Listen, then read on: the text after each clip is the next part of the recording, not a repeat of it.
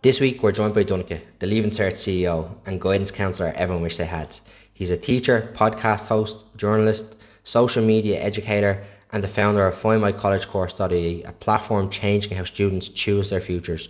From the structures of guidance counselling conversations to the purpose of the Leaving Cert, college alternatives and what he'd change in the Irish education system, we cover it all. So whether you're a student, a parent or just someone curious about the state of education in Ireland today, you're in the right place. This episode was brought to you by Top Drawer Talent, the supply chain and procurement recruitment specialist. Let's get into it. Here we go. Donnchadh, thanks very much for coming in today. But who are you? What do you do? You're a career guidance counsellor. Yes, well, guidance counsellors are a bit pernickety about that title. They want to be called guidance counsellors. Right. So they don't want the career part of it because careers automatically thinks that's all you do. Where in fact, like 70%, probably more in some schools, it's actually counselling, personal counselling. And then the small bit now is actually the careers part with the college part. Right. So really, counselling is actually the main part of the role, particularly post-COVID. A lot of guidance counsellors will be doing a lot more counselling rather than careers, so they love being called guidance counsellors. Right. So I'm a guidance counsellor. I do a lot on social media, on Instagram and TikTok. You're TikTok famous. Yes, which I love. I love TikTok. I'm a big fan of TikTok. I run the host of Leaving Cert Guidance podcast, and last November we launched findmycollegecourse.ie to help students really just find their college courses in the title, really, because that's what we want to do. Was in the title exactly explains what the website does. Do you find like a lot of people like in school like don't know what they want to do, or does a lot of people have like a clear vision of where they want to go? Some have a clear vision and some have no idea, and that's kind of what's interesting about the job. Really, you don't know what's coming in, and then you help them. Let's break down what you're interested in, what you're strong at, what you like in school, what you don't like in school, why you don't like it. So it's interesting. Even the students who do know what they want to do, that's brilliant that you know what you want to do. Yeah. But let's have a little backup plan just in case that doesn't work out for you. So I'm a big proponent of backup plans just in case. Right. So here's all your options. And then you can apply for everything. Yeah. You can always say no if you don't want something. And you can accept what you do want then. Okay, so is everything that you do focused on like getting someone into college, or is there different avenues that someone can go down that you help them explore? Huge amount of different avenues now. Now is probably the best time to be looking at avenues for after school, because when I was in school, not everybody, but a lot of people repeated their Leaving Cert. Yeah. That's not really a thing anymore. Nobody kind of repeats their Leaving Cert anymore. Yeah. What you would do is look at your options. You've got PLCs, you've got the apprenticeships are amazing. Since 2015, when Solace took over, they brought in loads of new types of apprenticeships. You can do them in finance, engineering, you name it. And then there's tertiary degrees, which were only brought in 3 years ago. Okay. No CAO points required. Basically, you start out in a PLC and you're guaranteed progression into college. Where if you do a PLC course and apply to college, you're not guaranteed your progression. Okay. But with the tertiary degrees, you are guaranteed to go on. And there's brilliant tertiary degrees, from occupational therapy to media, like we are here, to you name it. Even, just when we were chatting about recruitment, there's actually an apprenticeship in recruitment now as well. That's right, actually. So it's amazing, all the different avenues. And then Europe is really open to kids. So we would have about 4,000 or 5,000 students apply to Europe every year, where they have about close to 2,000 courses that are taught entirely through English. Right. Fees are generally very low. Entry requirements are a bit lower than here. Accommodation is cheaper. Okay. Now, I was telling you before, I'm from Laois. Yeah. So if I was to move from Laois up to Dublin, the accommodation would crucify me. I couldn't afford to go to college. Yeah. Or if I went from Laois to Amsterdam, it actually works out cheaper for me to go to college. Because the accommodation. Because basically the accommodation and the fees are a bit cheaper over there. Okay. Like we would have seen like a lot of people historically kind of move to the UK for college for those reasons. But because of Brexit and things like that, you've seen like more people kind of push towards Europe itself? Or well, would you believe been the case? We're actually the 4th highest applicants in the world to the UK.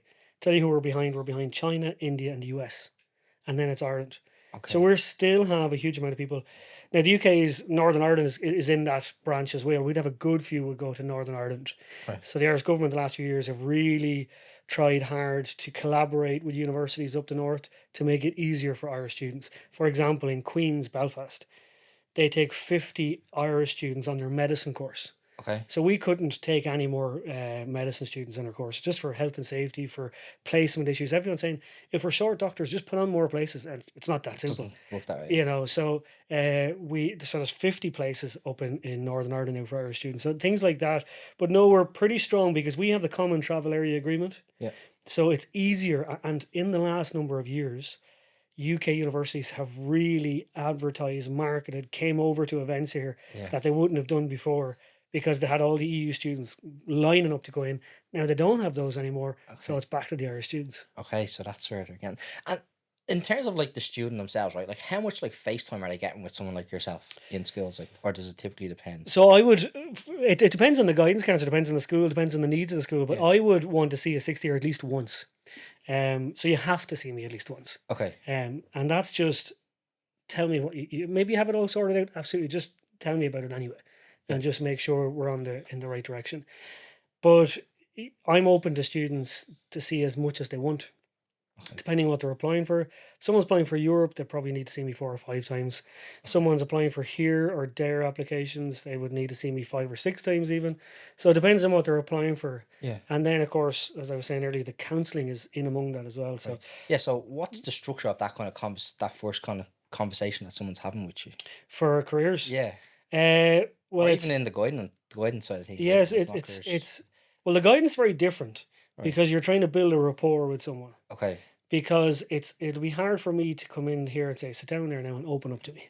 Yeah. You know, so we might have a little chat and say, oh, someone was telling me you're a Liverpool supporter, just that we're 1-2-0 last night. Who's your favourite Liverpool supporter? Just kind of building that rapport. Okay. That I can trust this guy to open up a little bit.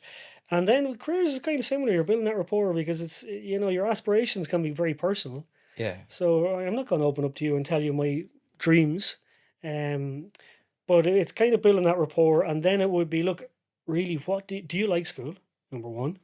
Because if you don't like school, there's no point in going to university because it's still academic. What do you like in school? So when I was in school, I loved history, I loved English. Okay, so I see kind of your more the verbal subjects. I hated maths. Okay, well, tell me why you hated maths. Just that problem solving part of it. And like, okay, so we'll keep you away from the problem solving degrees then, or whatever the case is, and we'll focus more on the verbal ones that you'd be strong at. Okay. What's your favorite subject? What's your least favorite subject? Where would you like to study? Is a big one now more than ever, because as we were chatting about the accommodation issue. Yeah. So I would often say to students, and it's terrible I have to say this because I never had to say it before, let's put a college down that just in case you can't get accommodation, it's still commutable.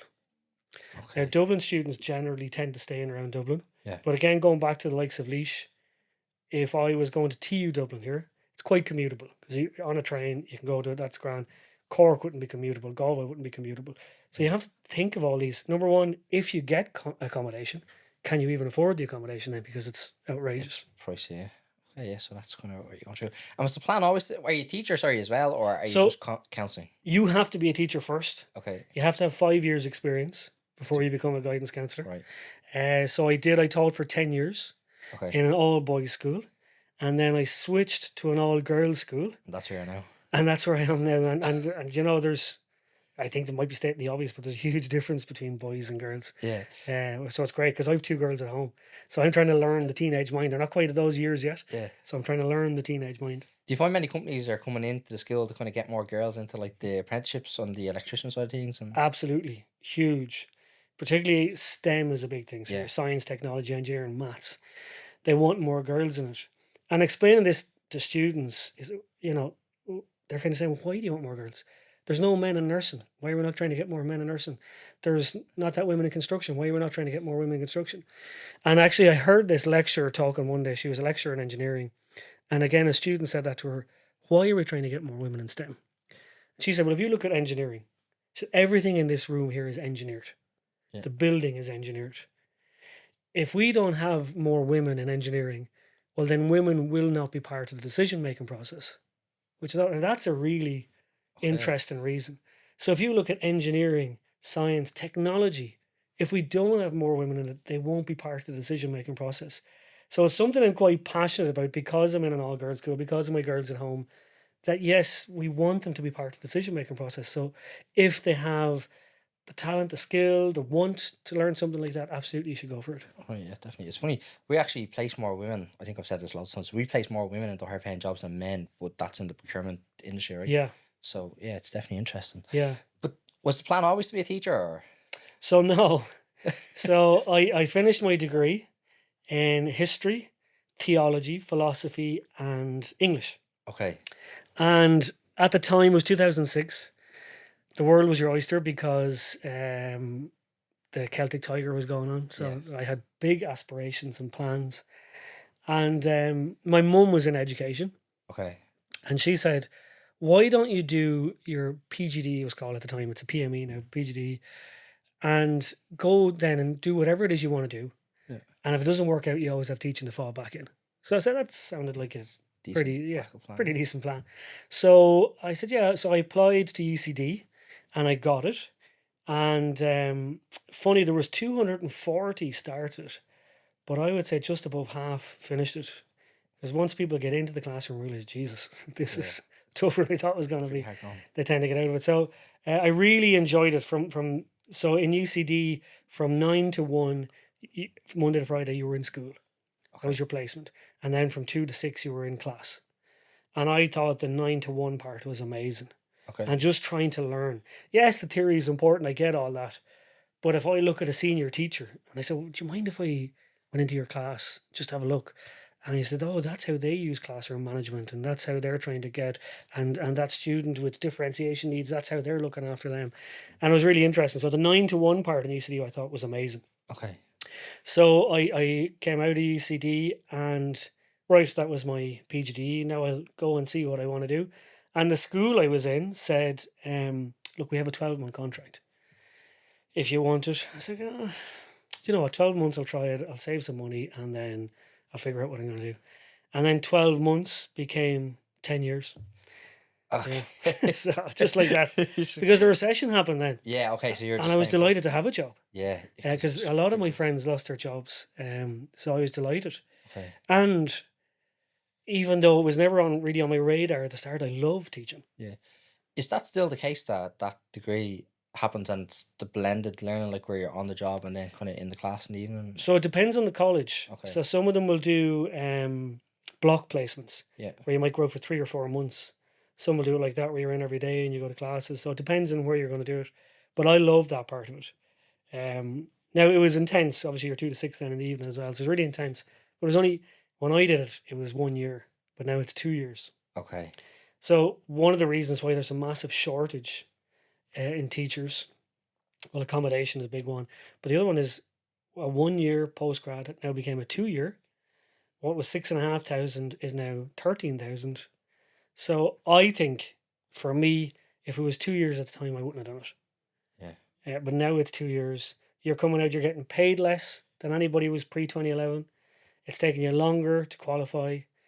So I don't know if I'd be rushing into it if that was the case for me. Is the quality of teacher or whatever, or whoever's coming out, like, gone up, or has it stayed the same? It's incredible how qualified these teachers are. Okay. Like, I see teachers who have, well, I know one particular who has a physics and maths degree from a top 10 university in the world, and she's a teacher. Now, this girl, physics and maths, could literally command any job she wants, in any career she wants related to that. I know teachers who have masters in from London School of Economics in mediation and things like that. So the teachers are incredibly qualified. That's why I think they get a hard. The comment, oh, well, you have your 3 months off. Yeah. But you want the most educated people to teach your kids. Yeah, definitely. They're not going to get paid as much as if they're in the private sector. If I have a physics degree, I get paid way more in the private sector. Yeah. If I have accountancy, if I have business, if I have languages, whatever it is, I get paid more in the private sector. Yeah. So I don't like when teachers get that, the ridicule, oh, you have 3 months off, I don't feel sorry for you and all. But you have really academic people. It is really intense. I know everybody's job is intense, but it is quite an intense job. Like, if you were given a presentation to 30 people for an hour, you think, oh, that's I was wrecked after that. We'll do that 6 times in a day. And then try and command their attention, number one, discipline them if you have to. Yeah. So it can be an intense day. You can lose a lot. You can lose the class as well if there's like 1 or 2 messers down the back. Everyone else kind of suffers. Yeah. Well, you know what? Someone said to me recently, I'd love to be a teacher, but I don't know if I could. Now, this girl was 20. I don't know if I could handle a classroom. I was like, well, they actually teach you that on your degree. There's actually a module called classroom management. Okay. And you will learn from other teachers. You will learn from the policy in the school. Like there will be a policy, you talk to them first, then go to their tutor, then go to their year head, then it could escalate to the principal if it's so there is like policies in school. You learn a lot in college as well. I wouldn't let that part of teaching turn anybody off. Okay. Because that wouldn't be the main part of it really at all. Yeah. See on the disciplinary side of things, like what can you actually do to kind of get a student on board, right? I used to, like when I was in primary school, we used to get lines, I will not do this. I thought that was absolutely totally pointless exercise. Yeah, well, lines are almost illegal now. Okay. I was the same as you. I got lines in primary school. I actually hated primary school. Yeah. Much preferred secondary school. So there is different ways you can discipline people, depending on the severity of what they do. So in my previous school, in the boys' school, there was actually a Saturday detention where you'd have to wake up every Saturday, put your uniform on, be in the school from 8:30 to 9:30. It was only an hour. Right. But imagine getting up on a Still the Saturday, effort, putting yeah. on your uniform and having to get up.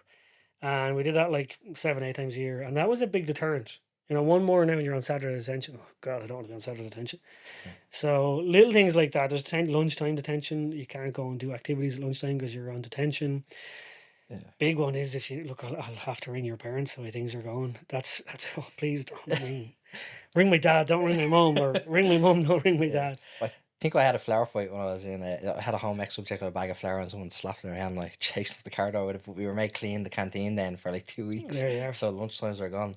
Again, those I can't really do that anymore. Okay. But I saw the benefit of it. Yeah. Because when I started, someone drew graffiti on the desk, and I got a nail polish remover and made them clean all the desks, all the graffiti off the desk. But again, there's certain ones you can do. There's some very much outdated, like the lines. Yeah. Because you have to be aware of students with additional needs as well, and there's how you punish them. So even with punishment, there's differentiation.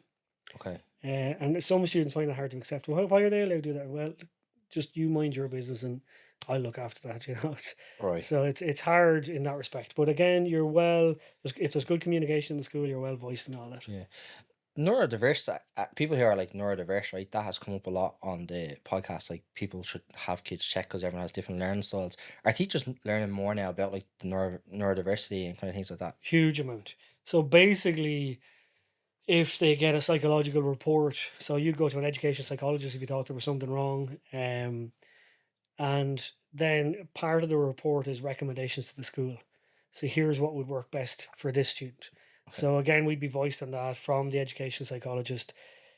This person mightn't be able to do X, but if you try Y with them, they might excel a little bit more.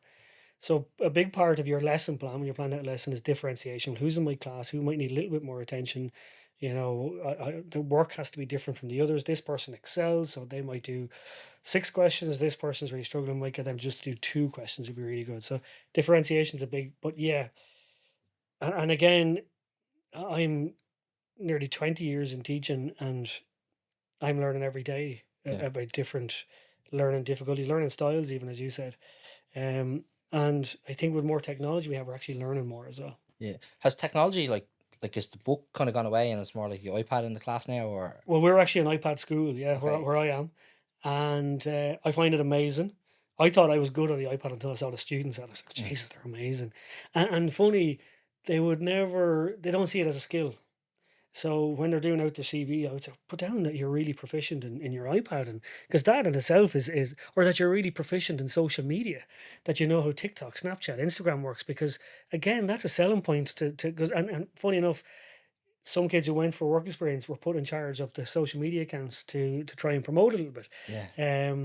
So yeah, the technology is massive, and there's a big kind of conflab at the minute about how we're going to harness AI for education. I'm actually a big proponent of AI, particularly in education. Even in Find My College course, the website, we have our own guidance chatbot. So literally you have access to a guidance counselor 24/7 to ask your careers questions. What was the point of this course? What was the entry requirements? Is there Erasmus there? So you have a one-stop shop where you're chatting to someone, and even you can ask a question by talking to it. You don't have to type it, Right. and it comes back in my voice. It tells you the answer. So Okay. I'm a big proponent of AI Yeah. for education. Do you know what's funny, right? Because I actually had my cousin's daughter in for a work experience. We gave her 2 days a week, or well, 2.5 days a week over the summer. But she actually couldn't use the mouse Oh, really? for the computer. Yeah, so I had to like I had to teach her how to use it, and I had to show her a YouTube video on how to use the mouse Wow. because she's so used to the iPad. Yeah. But we got her in for the social side of things, and then to make mailing lists or whatever. But she couldn't use it. Use the mouse. I was amazed. I was That's like, holy crazy. shit. Yeah. I could use a mouse when I was in primary. Yeah. I was using computers in Well, primary you school. take for advantage. Even my kid the other day, when I made the phone sign, they were like, "What is that?" They're like, "That's the phone sign." Okay. Put the block to your ears, the phone sign. But yeah, I actually heard one of your listeners recently saying about how transition year kind of changed their life, really. Yeah. And again, I'm a massive proponent of transition year, even for that, just getting a work experience. I think the work experience, whether you like it or dislike it, I think it's amazing. Because I actually had a student who really wanted to do veterinary medicine. She thought she did. And part of her TY work experience was she went to a farm down in Tipperary. She came back and said, I hated that. I said, well, that's good, because now you know that's off That's off the list. That's what we're here for. Figure it out. You come back and you can try something. Say, that was amazing. Yeah. Brilliant. Well, let's look at that. What are the entry requirements and all? Do you think transition year should be compulsory or optional? I think in most schools it's coming around to be compulsory. It's still optional in some. But if you look at the long studies of transition year, the benefit of it is massive, particularly for boys. You know, you're something like 33% less likely to drop out of college if you've done transition year. Statistically, you're going to get higher points in your Leaving Cert. Statistically, you're going to keep up higher level subjects. Okay. Because you can use transition year to go to the Gaeltacht for a few weeks and pick up your Irish, or go to France and pick up your French, or I really want to do higher level maths for Leaving Cert, so I'm going to focus on that in TY. I'm going to get a couple of grinds or whatever, and really use transition year for that. Yeah. I think if you approach it in the right way, like you said, like you were eager to say, do you think it should be compulsory? If you approach it like, this is going to be a brilliant year for me, but if you come in and go, transition year is a DOS year, I'm not going to get out now, but then it's going to be tough. Okay. So, and have you seen many people that do transition year and then leave school, drop out, or do they do they continue on? No, I wouldn't say. I would think they would continue on. It would even give you a taste of some of the careers maybe that might require a Leaving Cert or might require going to college. And based on work experience and transition year, based on a talk they got from somebody, or because we'd have loads of different speakers come into transition years and tell about their career and all. And they might think, oh yeah, that sounds interesting. How do you go about doing your career? You know, particularly when they say, I'm paid really well. Oh, sorry, how do you get into that job? Which is, so I wouldn't think it would encourage them to drop out. If anything, I would say it would encourage them to stay in school. Okay. And then the classroom size typically average around 30 pupils. Do you think that classroom size is too big now with AI and, you know, how fast the classroom will probably move? Like, do you think we need to drop the size of the class? I think 30 is too big regardless of AI or not. Yeah. 30 is a huge amount. So and it's the way education around Europe is kind of how much money is spent on it basically shows, well, how many teachers per students. So 1 to 24 ratio or 1 to 25 ratio. And if you're down to 1 to 20, well, that's good. They're obviously investing more. So 130 I don't even think that's the entire ratio around the country, but generally you could have 30 in the class. With AI, I think, you know, we see a lot of people giving out about AI in education. Students are going to cheat. This might tell you how old I am, but when I was in college, Google was invented. And people thought this was horrendous. Now students are just going to hand up work that's copied. So you could copy in the 1970s by taking down a book and just writing it word for word. You could copy when Google came out. You can copy when AI comes out. The thing about AI, whether that's for jobs or education, we need to learn how to collaborate with it rather than compete with it. Right now, the news headlines are all about competing with AI. Okay. They're going to take this amount of jobs. Oh no, what are we going to do? It's all about competing, and it's kind of scaremongering. Yeah. But how do we collaborate with AI to make life easier for ourselves? I even remember when ATMs came out first. Okay. People were like, oh, that's going to do away with the banks. And now essentially it has done, but banks' employee numbers have grown instead of gone down because they put them in different areas. Not like they sacked all those people. Yeah. I think AI will be the same. It's not like loads of people are going to lose their jobs. Yeah. But how can we collaborate with AI? Yeah, it's like the calculator, right? They didn't get rid of accountants. Yeah, exactly. Yeah. Okay, yeah, it's interesting. But I remember, right, when I first joined the army, right, the classroom size was 8 people and one instructor to 8 people. And like that's where I kind of really learned how to learn if that makes sense. Yeah. But do you think they should drop the classroom number down to maybe 1 to 10? Or do you think that's like not realistic? I don't think it's realistic from a financial perspective, because you'd have to have how many teachers, like what you need in the school then. Or maybe like 2 teachers in the class instead of 1. So Yeah. you could have that classroom control. So that happens a little bit. That's called team teaching, THEME, and team teaching, TEAM. So team teaching and team teaching.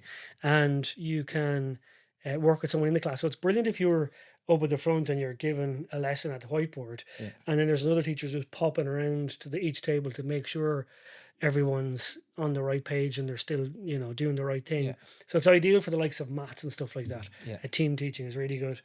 Sometimes that happens, but again, if you have the resources to do that, not every school has the resources. Every principal would love to have that going on. But it's, you know, is that like a talent issue, like we don't have enough people becoming teachers, or is that a financial issue that the school boards don't have the money to fund the wages? It would be a financial issue, yeah. So, and you know, team teaching would really be, maybe if you have a student teacher learning, that they come in and do a bit of team teaching with you or whatever.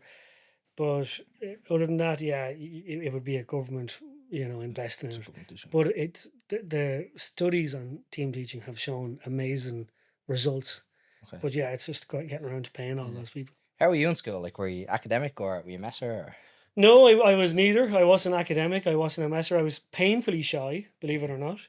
I never spoke really till I was about 12 or 13. So much so that I actually had to go to a speech therapist to make sure was everything okay. Everything was fine. I was just taking it all in. And so, no, I didn't really like school. There was aspects of it I didn't like, in that I found maths and science really tough. Loved history, loved English, that kind of area. Loved that there were so many sports in secondary school that literally, if you wanted to be on a bus going to a match every day, you could be. I thought that was amazing. The social life of secondary school I loved. That's where I started to come out of my box a little bit. So no, I wasn't academic at all, but really wanted to study history. Didn't care where I went. I just want to study history. And that was my objective. I just loved history. I just, history for me is like a Netflix series. What's going to happen next? I almost want to go on to the next episode to see what's going to happen. I was eager to find out what was going to happen. And is it Irish history that you're particularly interested in, or is it like just kind of history in general? Well, funny, I didn't like Irish history when I was in secondary school. But when I got to college, I had this amazing lecturer who was so passionate about Irish history that you just could not be passionate with him. And then the more I found out about Irish history, the more I think we're the most incredible nation. Really, like when you look at what we've overcome and what we've done, we're incredible. So yeah, Irish history I did become passionate about, but not in secondary school. In secondary school, it's grim. You know, you're learning about the famine and stuff like that. And of course that has to be taught, but it is very grim. And we had a lot of losses along the way, which are grim. It's like, you know, when do we get a win here? Even 1916 Rising, as much as we celebrated, it was still a loss. When do we get a win? You know, so it can be tough in Irish history, but then when you get there and it hits you, right, this is who we are. So I think history is very important from that perspective. And the Leaving Cert, right, it's changing now to continuous improvement. Do you think that's the right way to go? Or continuous assessment, sorry. Do you think that's the right way to go? Or do you think it's an outdated thing and it needs to be totally reworked? No, I don't think it's outdated. It needs to be reworked. And you know what? We see this in the news so much. And it's all anecdotal evidence, particularly politicians giving anecdote. Well, I know someone who did this and did that, and I didn't like school. But show me the studies, show me the facts, because I can show you studies and facts to say the Leaving Cert is actually one of the best final assessments before you go into the university. Like if you look at pre-COVID 2019, we had the second lowest dropout rate among OECD countries in 2019. And that was largely down to Leaving Cert, because those who are very academic go on to, I suppose, very academic courses. Those who are not academic to go on to university might be very successful in other areas, maybe with their hands or something, went to an apprenticeship or whatever the case may be. But then since COVID, kind of where everybody got their course almost, the dropout rate has dropped down significantly. So I think when the Leaving Cert gets kind of back to normal, you'll see the dropout rates will go back a little bit. So I can show you loads of stats to show the Leaving Cert is working. I hear all this anecdotal evidence to say it's not working. So, you know, show me the facts that it's not working. Yeah, fair enough. Yeah. Do you think there should be a route out of school I know that you can leave school right earlier than leaving cert, but do you think there should be an official road out of school for those that it's not for? Yeah, no, and there is, like, we are amazing at all the different things we put on. Yeah. I don't know people who criticize education, or they just don't know about the roots we have. Do they not know about, for example, you could go to, there's National Learning Network, are amazing. There's Youth Reach, are amazing. If school's not for you, and it's a different type of education. So I think we have loads of options, whether school is not for you or it is. If university is not for you or it is, we have loads of options. Again, you hear this CEOs, this pressure cooker and making students want to go to college. Not the case. Students don't have to go to college. There's loads of options there for you. Yeah, there's plenty. Yeah. But if you keep talking about that in the media, eventually people start to believe it. And the media, and it actually came out in an OECD report last year, that the media is one of the reasons for stress and pressure among the Leaving Cert. They couldn't believe how much it was talked about in the media when OECD did a survey or study on the Leaving Cert. Okay, it's interesting. Yeah. Yeah, because I didn't do my leaving cert, right, and I would have been a bit fearful of it, but also like I just hated school. I Yeah. just hated it. Yeah. And it wasn't for me. But like it was a big point of contention at home, like to get me to leave school. Like there was no having it. Like I just had to put the foot down, right, and like I was going on the mitch and I was fighting. Whereas if there had been a bit more of a kind of back and forth, like, hey, look, these are your options. Now I ended up with an apprenticeship, right? Yeah. I hated that then, right? But then I got back into school. But do you think that maybe we should have that option where, let's say, if you want to be an apprentice, if you want to leave school, you leave school at the end of third year, right? But you trial your apprenticeship for the summer, and if you don't like it, then you're back to school. Yeah.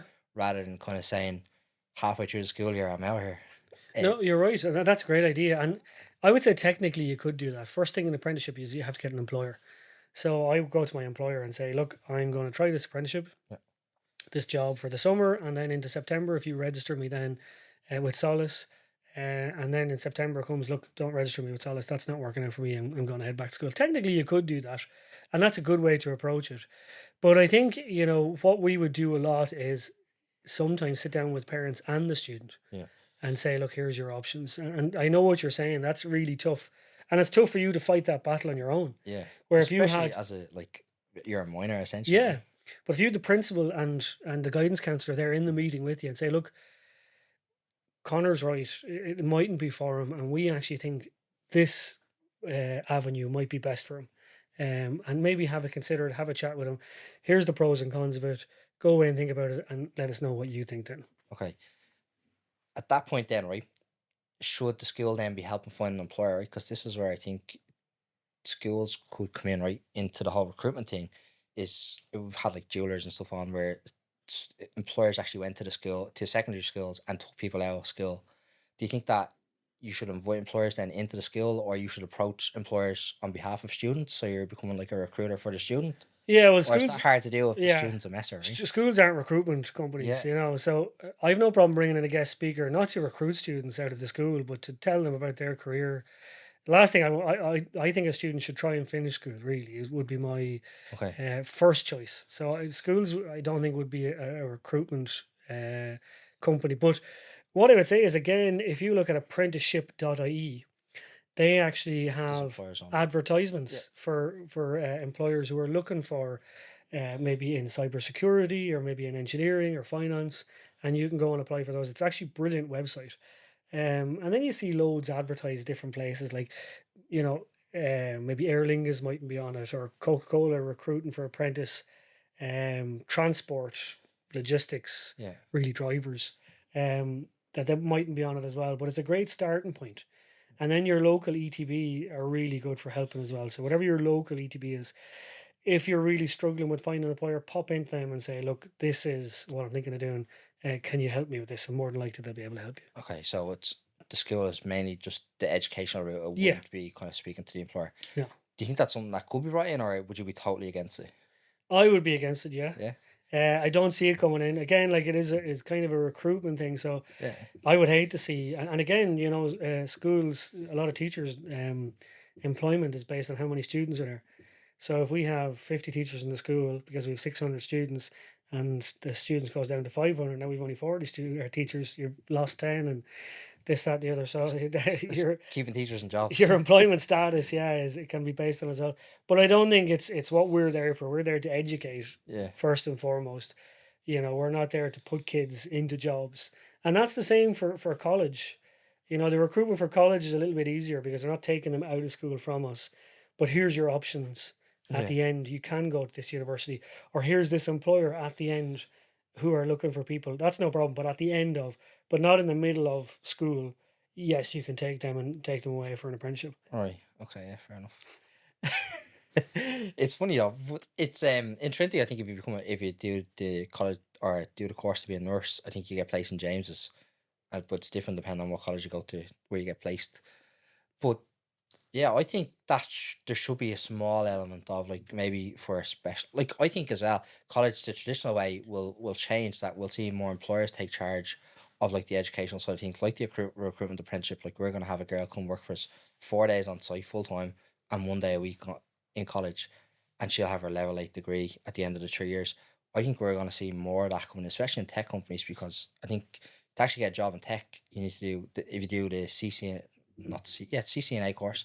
It's a 6-week course. You do the exam, you get a job. It's 30K a year, and then you can do different certificates that will just pile on the knowledge that will keep increasing the salary, and eventually you'll end up with a level 8 somewhere along the line. Well, you're absolutely right, because the immersive software engineering course down in UL, one of the designers were the Collison brothers who own Stripe.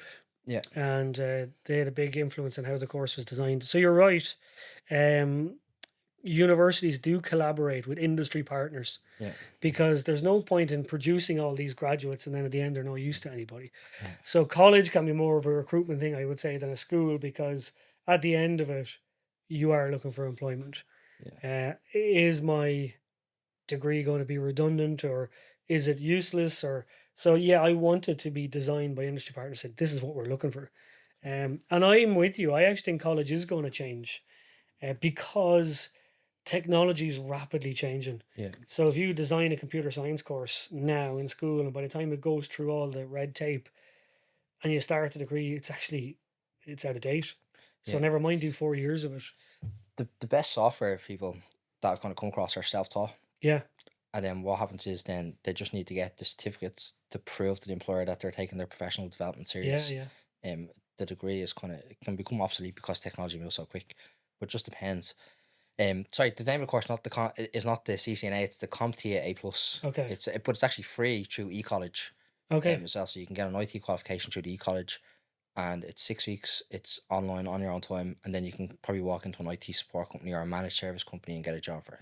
Yeah, and there's loads of that. There's even the Springboard Plus now, where you can go back and retrain as something completely different. Yeah. And there's a lot of IT on that as well. I know an accountant who went back. Said he was doing 72 hours a week and he'd had enough in it, and he went back and trained in IT. And he said he's making the same money, but it's 9 to 5. Really, the hours are not what he was doing.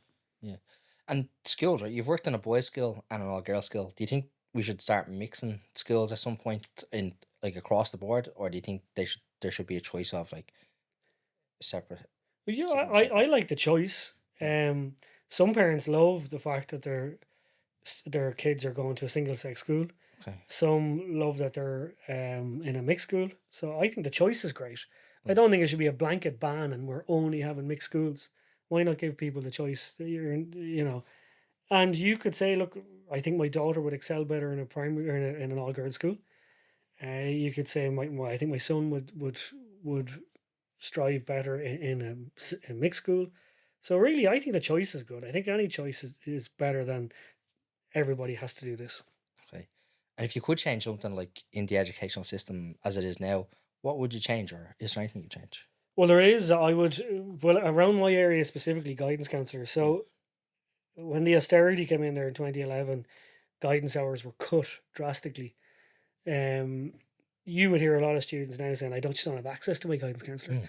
Because some guidance counsellors might be, I have to teach for 10 hours and I'm guidance for 10 hours. And so they just mightn't be available. And when they are, it's generally serious cases that they have to attend to first. Now, I'm very fortunate in my school where I'm a full-time guidance counsellor. Yeah. So I can arrange that better. But if I was in the class trying to do this job as well, it'd be really difficult. So I think bringing back what we had pre-2011, I would certainly change, because just even from the mental health perspective of students now, you have trained professionals in there, but we're not using them to the best of their ability. Right. You know, I think if we could bring back those hours would be great. I hate that there's pay disparity. So if I started in teaching in 2010 and you started in 2011, I'm making more money than you. Yeah. I would change that. And I would change the 2-year PME. I don't think there's any need for it to be 2 years. What is the 2-year PME? So that's your master's to become a... So Okay, if to become a if you, teacher. if you do your degree in business and you want to become a teacher, you do a 2-year PME. That used to be only 1 year. Right. And half the price then. But now it's 2 years. And I can't see why it's 2 years. Right. 1 was plenty. So there's a few things kind of around my area that I change. Certainly, then from a general perspective, access to schools for some parents for their kids is horrendous. And I can't figure out in this day and age, we're the second wealthiest country in the EU or whatever the case is, and we still have people who have issues with access to education. Okay. Which is incredible. To me, education is one of the top rights you should have. Everyone has a right to education. Yeah. And that's when I hate that when you go to college, it's €3,000 now. So that was €3,000 always. Yeah. And then the last couple of years they brought in a cut of 1,000 off that because of the cost of living crisis. Yeah. And the cost of living hasn't gone away. But this government, Fine Gael, Fianna Fáil, said in their government lifetime, in this lifetime, they want to eradicate fees at third level. Okay, but it's not practical. Instead of eradicating, they've put it back up to the 3,000. So where's the eradication? Now with that 3,000, I know you're saying it's not practical. We're the most expensive country in the EU to go to college now. So it used to be the UK. Right. Then with Brexit, we became the most expensive. Okay, but is that's 3K per year? Is it? Yeah. Okay, yeah. And that's a contribution fee. It's a contribution. So the Higher Education Authority pays your tuition fees. Right. So you're making this contribution fee. It's mandatory contribution fee. You have to do it's not it. contribution. No, it's not a contribution. No. Yeah, it's interesting. I think I paid like 5K a year to go back on as a mature student. Oh, really? Yeah. I think in total, I spent like, as an adult, right, not listening in school, right, cost me in the long run. But yeah, I think it was like 25K in total. Yeah. For 2 level 8s. It was worth it. Yeah, I'm doing okay now, right? So like, but even the accomplishment of it. Yeah. Like I always say that to people who get a degree. So that's a serious accomplishment. Don't underestimate how well you've done there, because there's many obstacles there to stop you from doing well. Yeah, a lot of employers complain though. Just because you have a degree doesn't mean you don't have to do the job and you can demand a high salary. Right? Yeah, straight away. So. And I agree with that. But I even see, and you'll probably notice this from recruitment, that they say over 50% of jobs advertised that ask you to have a level 8 degree don't really care what your degree is in, as long as you have that level 8 degree. Yeah, it's just that you've showed up somewhere. We're only actually speaking about it here. It's just that you've showed up somewhere consistently for 3 years and have managed to... Yeah, well, you're showing teamwork, you're showing problem solving, you were able to meet deadlines with different assignments. All of these things do you want at the workplace. But then generally the workplace will say, here's how we work here, and we'll train you for the first year as a graduate intern or whatever, and then take you on. Yeah. Is there any additional subjects you would add to the syllabus or take away? What would I take away? What would I add? I would... So computer science came in a few years ago. I think that's a big one. Right. Should AI be a subject by itself now? Hard to know. Would I take away anything? I don't think I'd take... I would insult some teacher out there if I said, we should take away this. I do see the benefit in Irish. I know people say Irish shouldn't be... I think the way it's taught might be a little bit hard. I think more of it should be the spoken word, really. Because it is our culture, it is our history. Going back to history, it is our history and our culture. So I think Irish is really important. But I think it could be taught 2 ways. And this is actually Daithí O'Shea had talked about this. Right. Where he said there should be a conversational Irish class. Yeah. And then you can pick it where you can write about poems and essays and all that as well. That could be a separate Irish class, kind of a more advanced. Yeah. But we're constantly trying to improve our conversational. That's something that's coming in though, where schools will become most schools will become Gael schools, no? Well, there's a lot of Gael schools. Gael schools are primary schools, and then Gael Colostas are secondary schools. So we do have a few, but They won't all be coming that, no. No. Okay, it's interesting. And I have I've had like a lot of entrepreneurs on and people that invest in businesses, and they think that there should be more taught around business and how to be an entrepreneur. Mm. Do you think that does anything like that happen in your school, or has it happened in the past, like where you've had like days like where you get or weeks where you get to set up a business, run a business, and take your product to market? So in transition year, you would. Okay. You'd have that opportunity, but not. And then at university level, there's a huge amount of that going on. I know the digital marketing course in IADT, so there's no final exam. You don't sit an exam, but what you will do is there's a local business in Dunleary. I want you to, part of your project is to run a marketing campaign for them to get more, and you're assessed on that. So there's more continuous assessment in university now, because you were saying earlier, I think continuous assessment coming into Leaving Cert is a good thing. Yes, it is a good thing. Yeah. Some subjects I don't know is that, like, I'm looking forward to see how accounting is going to have a continuous assessment, and a few things like that. I don't know how you can have a project based on it, because accounting is kind of it's almost like maths. It's the problem solving of it is the issue. So it'll be interesting to see what comes out in that. But yes, the continuous assessment is a big thing. I think entrepreneur is very much, I don't know, are you made into an entrepreneur or are you born an entrepreneur? You're forged in the forge of hardship. because you really do have to be a risk taker, number one. And not knowing where your salary is going to come from every week is a massive risk to take. Putting in maybe your own investment into a business, your life savings or whatever, is a huge risk. Yeah. Like, not everybody can be an entrepreneur. It's very much, I think it just has to be in someone innately, really. Yeah. I don't know if I can teach you to be an entrepreneur, because I remember someone told me I left my €100,000 9-to-5 job to work 90 hours a week as an entrepreneur. Because you're always on as an entrepreneur. Yeah, You're never off, really. Yeah. The phone is always on. You look at entrepreneurs when they're on holidays. It's, are you ever really off? Doesn't go off, yeah. So it's certainly not for everybody. Yes, encourage those who don't recommend it, actually. Yeah, but certainly recommend those, and who do want to be entrepreneurs, encourage them into it. Even shadow an entrepreneur for a week to show you how intense it is. Just follow this person for a week. You don't have to do anything. That's going to be work experience. Look how many calls they're on. Look how many meetings they go to.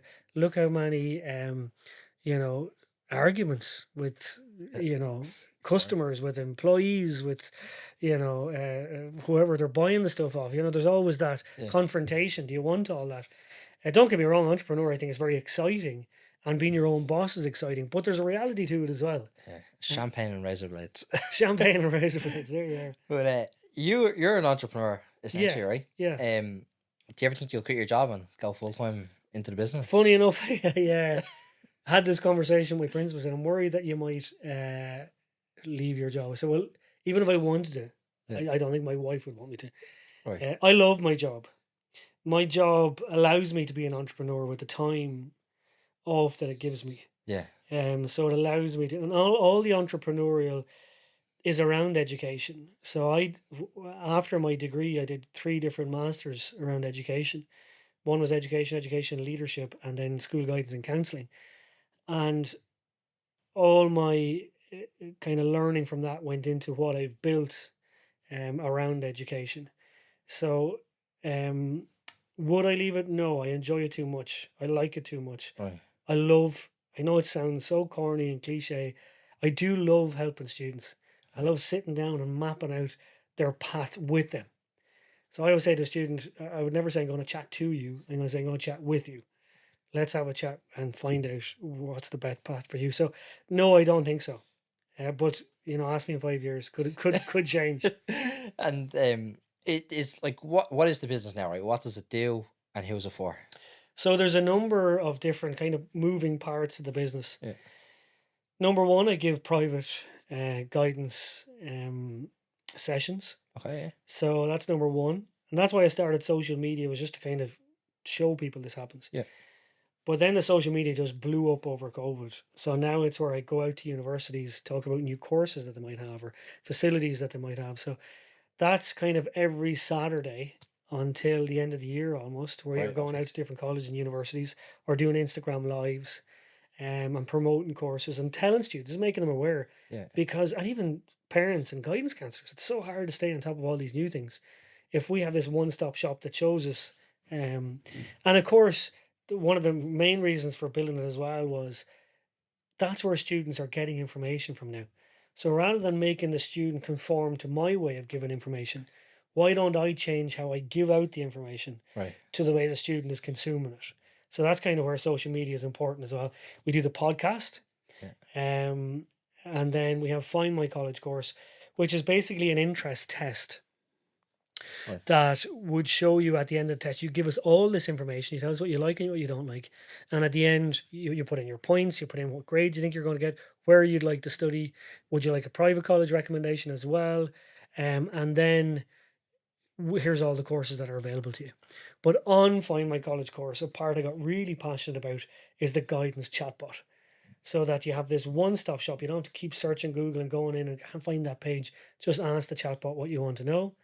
And we have now put the chatbot in Irish as well. So for those Gael Colostas, they can ask their questions as Gaeilge as well, which is great. So I think the chatbot will be good because the chatbot, it's not like ChatGPT that searches the entire internet.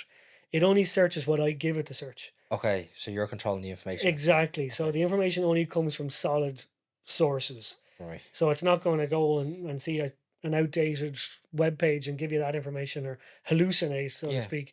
But it only gives the information that I've given it, or I've approved from, and it can be from different websites. It can be from CEO website or wherever. But it only feeds out the information I give it. Is it only for college courses in Ireland, or does it scan like Europe where there's access? That's a good question, because some of this was we got a lot of help from Laois Enterprise Office. Okay. And when we were starting this, and that was one of their questions: is it only Irish, or can you see this going bigger? And yes, the idea is to go bigger. So next year we're bringing in subject choice interest tests, where if you're in transition year or third year and you're going into Leaving Cert, you haven't a clue what subjects you want to pick. Here's the test to show you what subjects you should pick. But yes, eventually I'd like to do Europe and the UK, but this was the first step. Yeah. But we are going to roll out in phases, and hopefully, yes, that would be a good thing. And not even just college courses, but even apprenticeships and PLCs and tertiary degrees, have it all in there, all one-stop shop. Yeah. Do you have to go out and find each college course and put it up there, right? Because, or is it scanning the internet and, automatically putting the course in there because it does a new course, let's say in Limerick? Or are you kind of pretty on top of it that you know what's going on? I'm pretty on top of what's going on, but I do have to input it into the chatbot, and I have to look at it first and make sure it's right. Luckily for my job and the connections I have at university, I know if it's right or not. Yeah. And then I'd upload it in a PDF or whatever into the OpenAI for the chatbot to feed it back out. So if you ask a question, it'll give you the right information. Or you might say, look, how many points was Arts and Maynooth last year in 2024? And say Arts and Maynooth was 307 points last year. Here's the entry requirements. And then you can say, was there Erasmus opportunity? Right. So you can keep asking, like a conversation we're having, you can just keep asking it questions. Okay. So it's really a one-stop shop, right? Which I love about it. Could it run out of answers? And if it does, are you kind of have to jump in and kind of answer the question or go research for the individual? Or is that just like... Some people want to do the test but want to have that one-to-one with me as well. And that's where you book the extra session? Yeah. Right. So you could, and I'll give you those answers, absolutely, or we could sit down and look for those answers together. It might be something definitive. But generally the session doesn't come with the test. And the sessions, there could be... It's hard to get a session with me because there's 4 or 5 months of a waiting list even to get that session, really. Okay. So it's hard to do that. But if you want, I would say, and if you have a son or daughter and you're listening to this and you want to book one, do it ASAP. Do it yesterday. Yeah. Before the end of the year, and you'll get. You're going to need to be booking at the start of 5th year. You would. So a lot of people come to me in February, March, April of 5th year. Okay. So I have a son or daughter going in 6th year next year. I'll say, look, I have the 7th of November open up if you want, or I can put you on a cancellation list, or here's the test. So the way the test was designed was I would ask these exact same questions. So you come into me and I say, all right, Connor, I'm going to ask you these questions. What are the questions? Give us an idea. So what Leaving Cert subjects you do? Okay. So if you're not doing chemistry, well then pharmacy's not going to come up as an option for you. Right. Or, you know, if you're not doing biology, well, then medicine's not going to come up with an option for you. You know what I mean? So tell me your Leaving Cert subjects first. What kind of point range do you think you're going to be in? So I would say probably between 300 or 400 points. Brilliant. So we're going to keep our course range in that. We know what subjects we need. What grades do you think you're going to get in your Irish? Well, I think I'm going to get a H4 in it. Brilliant, because primary school teaching is coming up here as an option, but you need to have a H4 in Irish to do that. Where would you like to study? Connacht, rest of Leinster, Dublin, wherever. Level 6 or 7, level 8 degrees. Which ones do you want? Are you exempt from Irish? Because if you're exempt from Irish, okay, we can still show you these courses because it wasn't on the list earlier on. Are you doing a portfolio for the Leaving Cert? Okay, and then we can show you all these art courses as well. Okay. So it's a really good test. It's essentially what you would do with me. Yeah. But it's a lot cheaper than using me for an hour. Right. Fair enough. And is there a team now behind the website, or is it still you and you're kind of dealing with third party vendors? Or No, there's a team. Well, yeah. Essentially, there's a team. Yeah. We have one team for the AI chatbot and one team for the website, and then I have somebody who comes in one day a week and does a bit of social media as well, all around Find My College course. So if you see me on social media talking about something else, that's me. Then there'll be another person for just Find My College course. Okay. And the TikTok thing, right? Like, because you're doing pretty well on TikTok. Yeah. Are you like recording a batch of content and putting it out, like, you know, timing it to go out? Or if you think of something, you're just kind of jumping on the camera and Think of something and jumping onto the camera. Yeah, because I remember the girl who's helped me with social media came on and said, "You've no drafts on your TikTok." I said, "Oh, I just recorded and put it out. That's it." And okay, and it's generally, you know, just one take as well. It's not. pretty authentic. I know what I want to say. Yeah. I know what the student wants to know. We have a bit of fun on some of them as well. Yeah. But generally, no, something will come to my attention straight away. It's like, right, there's a video, because people want to know that. Someone might ask you a question, send something to your DMs. All right, obviously other people want to know that, so here's the answer for that. Okay, because it's pretty. And like, was it like hard for you or daunting for you to go onto TikTok for the first time or social media, or did you just like, I'm just gonna put it out there? It's another string to my bow. No, it's so the page started to get big, and I kind of hired this consultant to say, what would you do different on the page? And she said, I would have more of you on the page. Okay. Because you're the brand, so to speak. You're not putting yourself up enough there. Would you keep going back to a page where there was no face? I said, no, I wouldn't. So what accounts do you look at? Well, that person's talking about this, that person. Well, that's what you have to do. Because I was putting up a lot of posts without me being there.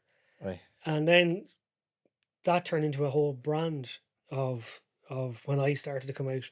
And then, could you come and be a guest speaker here? Could you come and do this? And so that's kind of me being put out there. So if I was giving someone advice on social media, is you have to put yourself out there. Yeah. It's good to have a niche and that you're an expert in that. And then put yourself out there is the best. There's no point in hiding behind written posts or pictures or something. Put yourself out there. Okay. So it's interesting. And does the other teachers kind of give you a stick because you've got other things going on? They do. I do get a bit of stick because I do a bit of. I might be on Ireland AM or the Claire Byrne show, and they might hear us. I heard you on it. You're the most famous school teacher. Yeah. So I get really embarrassed when people say that as well. So they do. They give me a bit of stick, but I enjoy it. Yeah. So give it away. How did you get? How did the Irish Times thing come up? Like, did they approach you, or so the Irish Independent? Or the Irish Independent? Sorry, I said it yeah. Sorry. The Irish so I actually contacted them.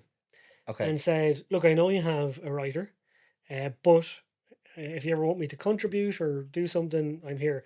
So they started off with a supplement. So do you want to do one piece for this supplement? That was, yeah, I'll do that. And then their writer went out on maternity leave as well. So I took over from her for a year.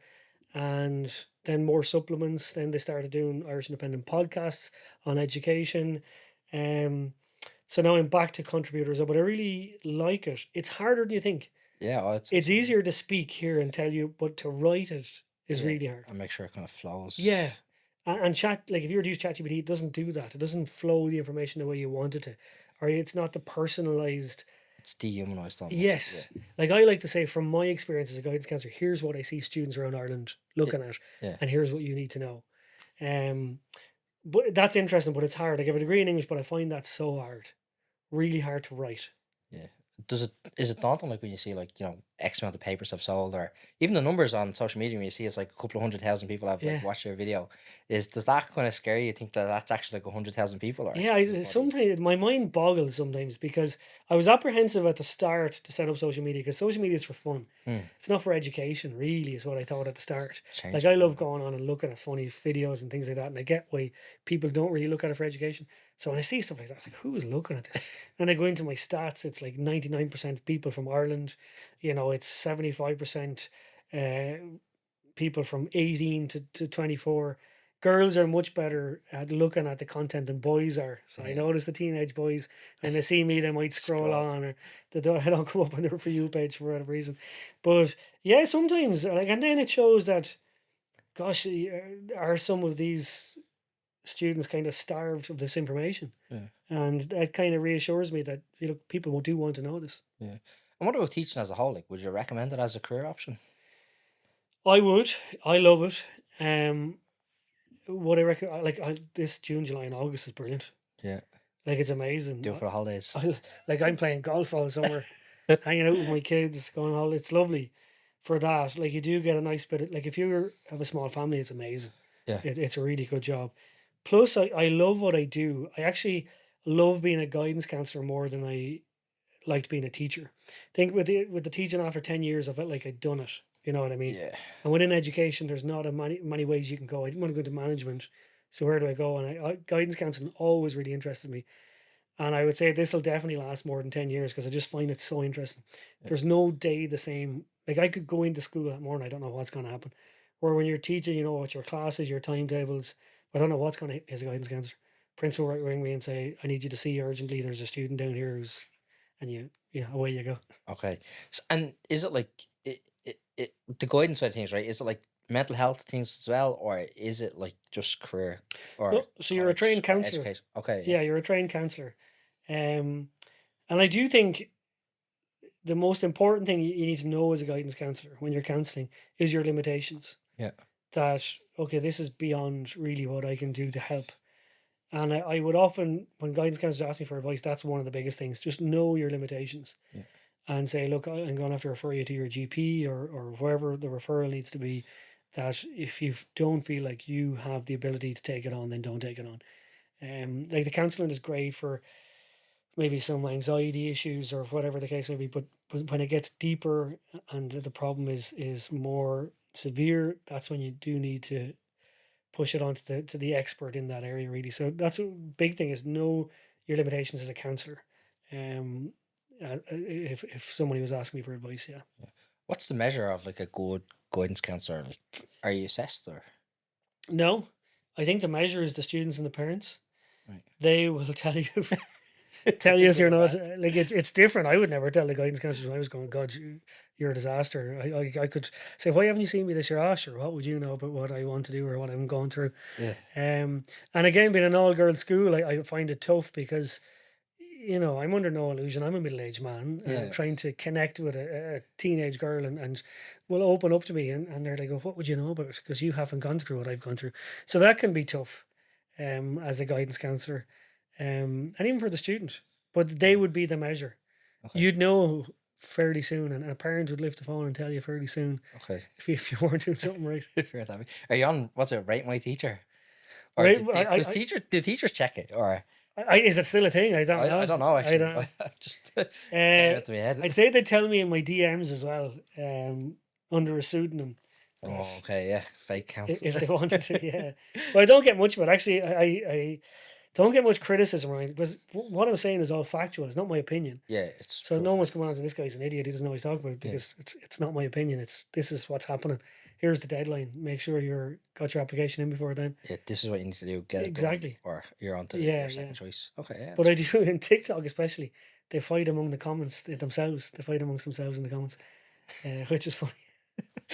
It's the comments on TikTok are ridiculous. And you know what? When I see a certain video on TikTok, I just go straight to the comments. This is going to be brilliant. But I do love TikTok. I think TikTok's amazing. And a lot of my friends aren't on TikTok. They're on Facebook or Instagram. Yeah. But I actually think it's one of the best search engines you'll come across. Like, if I wanted to buy a pair of AirPods, I'm buying, AirPod Pros, give me reviews on it. And brings up all these videos, and Yeah, you know, no, legit. I think it's brilliant. I think right now it's the third largest search engine after Google and YouTube. Yeah. Is TikTok. Yeah, it's actually funny. I've actually found like a lot of podcast guests off Yeah. TikTok. That's actually I found you was Right. TikTok. Because you're looking for guests with like different experiences. Like I was typing in career guidance counselor, and that's how I kind of. This is who came up. Yeah, Who was I was this going to chat to a Yeah, career guidance yeah, yeah. counselor. But what's next for you now? Right? Can you move into the principal's position, or is that just off the table for you? Or I could, but it's not on the table for me. That is a really difficult job. you're going to be CEO of a big SaaS company? EdTech. EdTech is it is where I see the future. EdTech is amazing, and it is something I'd like to build on more, look at more.